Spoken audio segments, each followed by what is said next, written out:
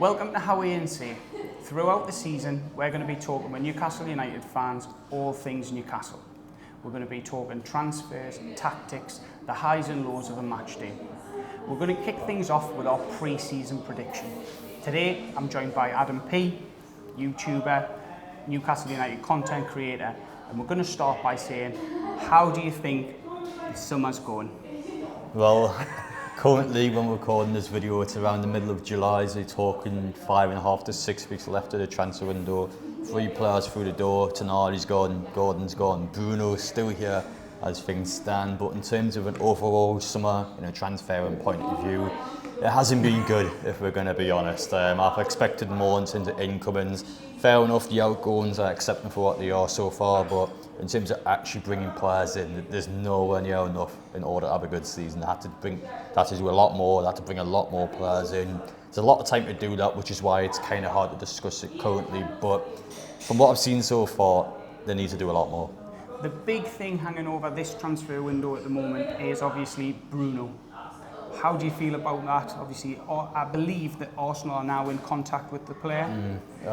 Well, to be honest, in terms of Bruno's point of view, I can understand it from him, I can understand it from a player. Of course, he's been out of the World Cup, he'll be around players like Gabriel, Martinelli, and willing to bet they probably sought him the dream at Arsenal. And when you look at Arsenal again, they've just won the Premier League title, they've been in the Champions League final. Bruno's been here 4.5 years, it's a long time for him, so I can't necessarily blame the player. But after the sale of Tonali and after the sale of Gordon, you need to keep a hold of Bruno. So now that you've got the agent noise, you've got the club noise, you've got the player noise, it's quite a lot that's damaging to Newcastle. It's not good in the summer sense of being able to invest, because not only are you dealing with this now in the background, even when you attempt to bring players in, players will see this on social media, they'll hear what reports are on Bruno, and it's not going to attract players to the football club, and that's off finishing 12th last season as well. So it's not good, the situation isn't good, but whether you believe it's Bruno's fault or the club's fault or somebody else's fault, then I guess that's up for personal opinion. Well, there's a lot of people saying that Bruno could come out and just, end it and say that he's happy to stay, and that would kind of be the end of it, but he hasn't, which leads you to believe that maybe he does want to go. He definitely wants to go, yeah, if we're going to be honest. Is there any way that Bruno can leave and this be a good situation for Newcastle? If they're bringing players in first, but again, they haven't even replaced Tonali yet. They put Sean Steele in, but he's not a Tonali replacement. I think had they brought like 2 midfielders in and then they've sold Bruno, I think we would have probably said all right. But now Newcastle would have to bring players in to allow a Bruno sale, and they haven't done that yet. So yeah, there's not a good situation currently unless that happens. So taking a very similar approach to Villa. Villa seem to be bringing players in before they let players go. You think that's kind of what they need to do. But to do that, we need some money. Do you think that the sale of Gordon and Tonali is enough to now go and strengthen the squad and bring in that kind of replacement? Or do we need to sell Bruno to get enough to replace him? But they can definitely buy before they sell. That was the point of selling Tonali and Gordon. They sold Gordon because they needed to at the start of the window, and that was also healthy to get him out of the Premier League. The Tonali sale was the one that unlocked signings, so after selling Tonali, they were then able to go out and buy players. They got a couple of players in. They still have Tonali money there, they still have money there that they can spend.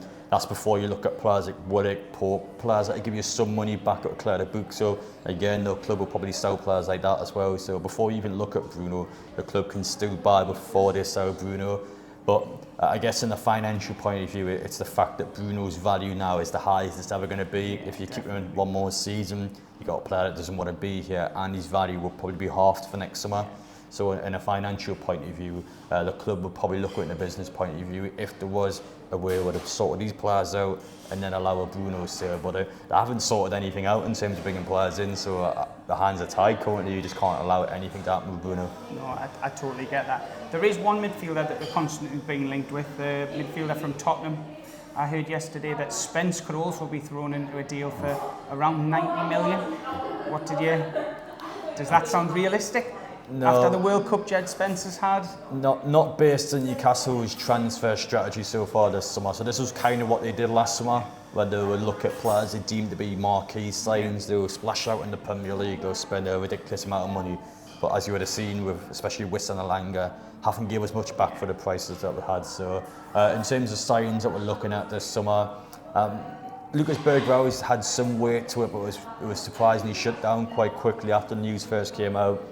I haven't heard much about Spencer or Newcastle, of course, does need fullbacks to come in, so no, currently to answer your question, I probably don't believe in it. I think Newcastle currently are targeting very young players and trying to get good price deals on it as well, so that's probably all I can say currently. I just don't think it'll happen. But with that model, Ross Wilson, I believe, has got experience of doing that when he was at Forest, so he has got experience of bringing in players for kind of with the potential to develop them and then sell them on for a profit. So with that in mind, does that fill you with confidence for this window and going into next season? Or well, to be honest, like, if you look at I guess in the scouting point of view and the players Newcastle have looked at, yes, they missed out on Victor Munoz, yes, they missed out on Johan Manzambi, but I actually think they do scout quite good players. I think the targets we had last summer, ironically, the ones we didn't get were all brilliant and the ones we get weren't great. So I think when you look at players on paper, I think Newcastle does look at the correct players,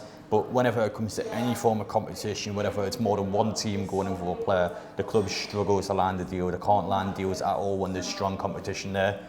So when you look at it, I guess, in the side of the sporting director and your scouting chief, I think Newcastle do look at good players. They just haven't been able to quite get the ones in that they wanted. But I will say, I think Barcelona, especially, is the sign of the bunch so far. I think he'll do well next season. I think especially for around the £40 million mark, I think he is a top two to get in. And the reason that Newcastle can't get these transfers over the line, is it money? Is it the location? Is it the project? Well, it's the project and money. That's what I would say to that. It's obviously the money because in terms of wage structure, Newcastle is not allowed to offer a high wage structure because of the limits that they have financially, which means that any top club can always offer more money, and players know long term they won't get anywhere near enough at Newcastle.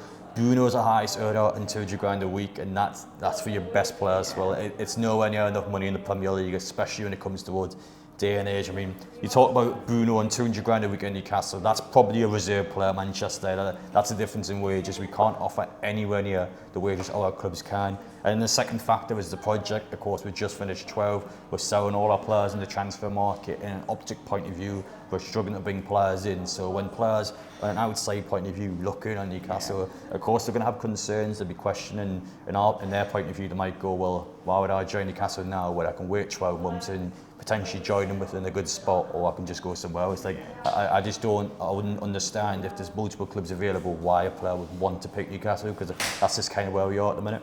And do you think the sale of Bruno will make that even worse? Will that kind of put the project to an end, or do you think that's starting the next cycle of the project? Well, it's going to have to be a reset. That's what the club's attempted to do this summer. That was the idea. That was the point of this summer, to have a reset after a bad season. They decided at the time we're going to stick with Eddie Howe. This is what we're going to do with the manager. And they have to back that. They have to back what they've said. They have to back this reset. And so far, they brought one goalkeeper, and that's a backup. They brought in one defender, and I decided bought one midfielder and one attacking player. Like, that's all they brought in. So far, they haven't signed any defenders. They haven't got themselves into a spot where they're able to allow further sales. There's a lot more questions than answers. That's what I will say. So yeah, there's a lot of concern, there's a lot of doubts at the minute, and the club has to prove those people wrong, but so far they just haven't. So that's all I can say at the time of this video coming out. If we look at the transfers they've brought in the goalkeeper Jowin, they've brought in Traore, the winger, and Steer as the midfield player. Do any of those three get into the starting 11? Well, I think Traore does. Pascal Traore starting on the left. The goalkeeper is designed to be a backup, so the idea was for Nick Pope to go in the first team to come in. Sean Steer, 18 years old, he's not starting for Newcastle at the start of next season, so only the outright option on paper would probably start. But then again, Harvey Barnes was our highest goal scorer in our competitions last season, so the club will probably back him first game of the season. So that's kind of where you've signed two players where both of them on the bench. You've got one player that probably starts, but some games he won't. So that's kind of all we've done so far. So yeah, that's kind of the and having let two first team regulars go as well. It's not a great position to be in. So that brings me to my next question, which is, if Newcastle were to sign a player in one position, what position do you think that needs to be strengthened? Well, they desperately need to sort the defence out, but I didn't even know which one to say. I think they need all of them. They need a backup for Hall at left back. They're going to need someone that's ideally potentially a starter at right back, but obviously they go back and forth a little bit. So they're going to need a centre half for cover. They're going to need someone else in there, especially with Botman being injury prone, Burn and Shaw both aging. They'll need a first team goalkeeper. They're going to have to sort that out. They're going to need to get a new midfielder in, and then they're going to. I would say they had to sort these tackles out as well, but I don't think they will after that. So they've got to sort out so many areas that I couldn't give you one area. Yeah, so many. So we'll look at a centre half. So there's Chow, Botman, Shaw's still on the books, Burn. We've got 4. Does someone need to be moved out before we can go on to get the next one? No, for now, because Shaw's going to go next summer regardless, so he's just going to go. So you'll be down to 3 next summer. Chow's solid, Botman's good. Burn is dynamic enough. I would want to be a left back, but you've got the option there at left back. So Newcastle would have to bring in a centre half for when Shaw goes next summer. I saw an example over the past couple of days on social media. I don't know how outdated this will be by now, but you've got a player like Tomori who's got 1 year left in his contract at AC Milan, 28 years old, doesn't fit Newcastle's transfer strategy, but is available for less than £20 million. Like, I just think value-wise is an absolute no-brainer for a player like him. So in hindsight, that wouldn't be the sort of player Newcastle would normally go for, but if they see a deal that is just stupidly good to turn down, and I think they should be doing deals like that. Definitely. I still think, especially if Bruno goes, they're going to have to look for some players with experience. They can't all just recruit youngsters and hope that it works out in the Premier League. But that leads me on to the Premier League. What would success look like next season for Newcastle United? Well, for me, it would have to be Europa League qualification and above, so that's top 7 in the league. I could understand if someone maybe said Conference League, but financially, because of how little the Conference League gives back to you, I wouldn't say long term that's what's best for Newcastle. So I think anything above that, so that'd be 7th in the league upwards, Europa League football, I think is fairly good.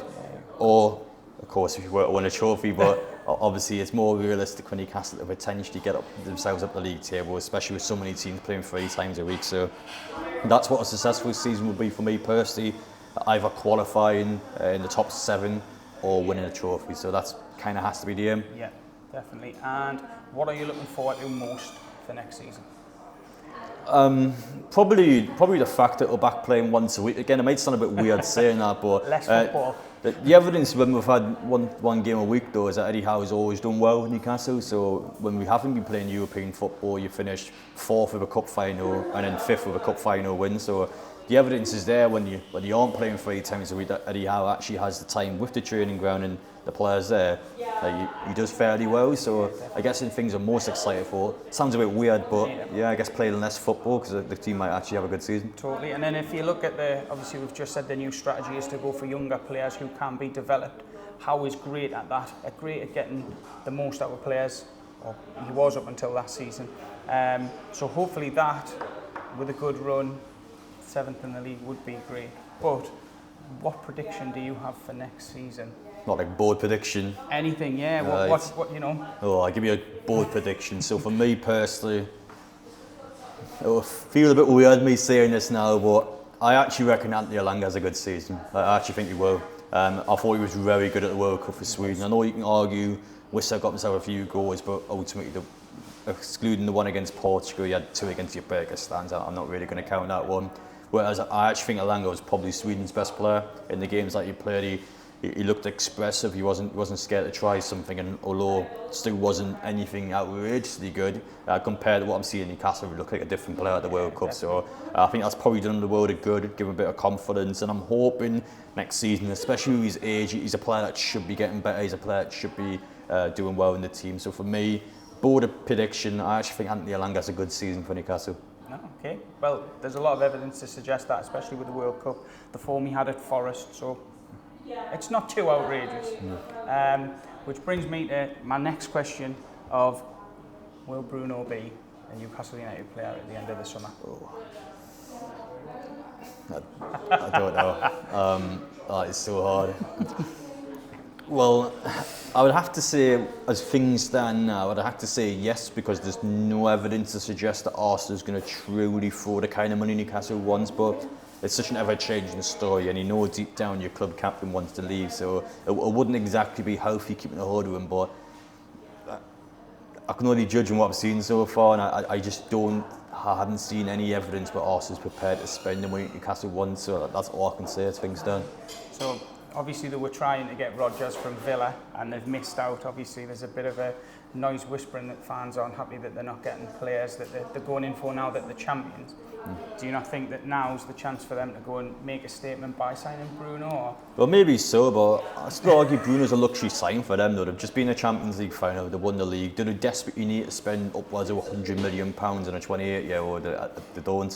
What's stopping Arsenal from coming back in 12 months' time and they can get the player for half the price when they know the player wants to play for them regardless? So what's stopping Arsenal from coming back next summer? Like, why do they need to go all out for Bruno now?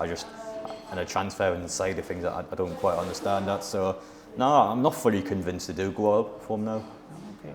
And then we spoke about it off camera, about Trafford, the interest in Trafford. Do you think Trafford's going to be a Newcastle player come the end of the summer? He's all noise, but like no action from Newcastle. There was obviously action last summer when they attempted to get him, but Manchester City activated the buyback clause. This summer, there's not been enough there to tell me that we're on Trafford again. I think there's been links, there's been rumours, but no official news, no official approach, no official links. So currently, again, I would have to say no as things stand, but Newcastle does have him as a transfer target, so it's whether or not they do pursue him. But so far, I haven't really seen the evidence to show that. Okay. And is there a player you would like to see come in?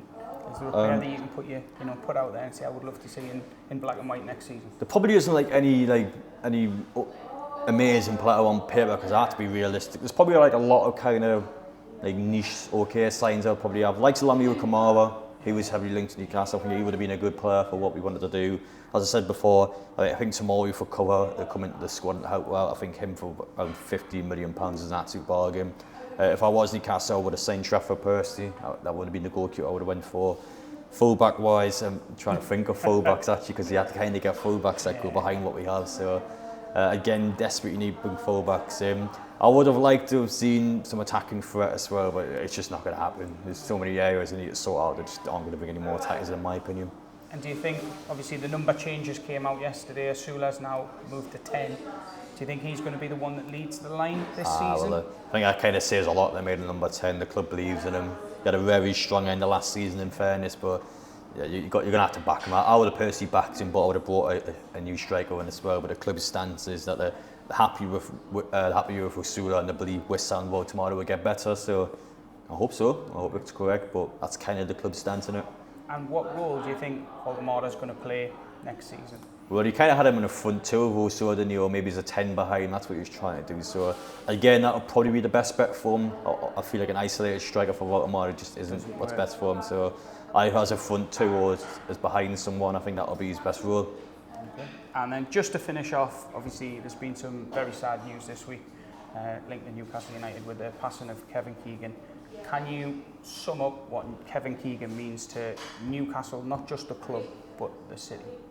Well, Kevin Keegan made Newcastle United. He was someone that brought belief to the football club. He was someone that truly understood the football club, and he was someone that understood the fans as well. I'm willing to bet modern day footballers would not do 1/10 for the things that Kevin Keegan did for Newcastle fans. He was truly someone that was humble, always had time for hours, never looked down on anyone. He was always someone that respected our fan base. He was always someone that treated our fan base with respect. And yeah, in terms of a legend, he is the legend. I think him, Bobby Robson, Shearer, you couldn't put anyone else in there, could you? Like, it's just those three as you go-to guys. No, it was an absolute privilege to be able to meet Kevin Keegan. I'm sure everyone else would say the same thing as well. Truly one of the all-time greats at Newcastle United. It's devastating to hear what happened, but in terms of the club, in terms of everyone supporting him, and you see all the sort of decorations outside St James's Park, it's lovely to see. So yeah, he's one of the best, of course, you guys would have ever seen. I'm still a bit young and never watched him, so I didn't get a chance to see him play, but obviously you can't win a Ballon d'Or without being fantastic. Back-to-back Ballon d'Ors, only well, ever English player who's done that, so it says quite a lot about his ability. Best there was, wasn't it? So yeah, it's a devastating loss. Everyone can feel it, and of course it will be someone that will continue to be respected and tribute over the next few weeks and the next few months. Thank you very much, Adam. Anyways, I appreciate it. Thank you.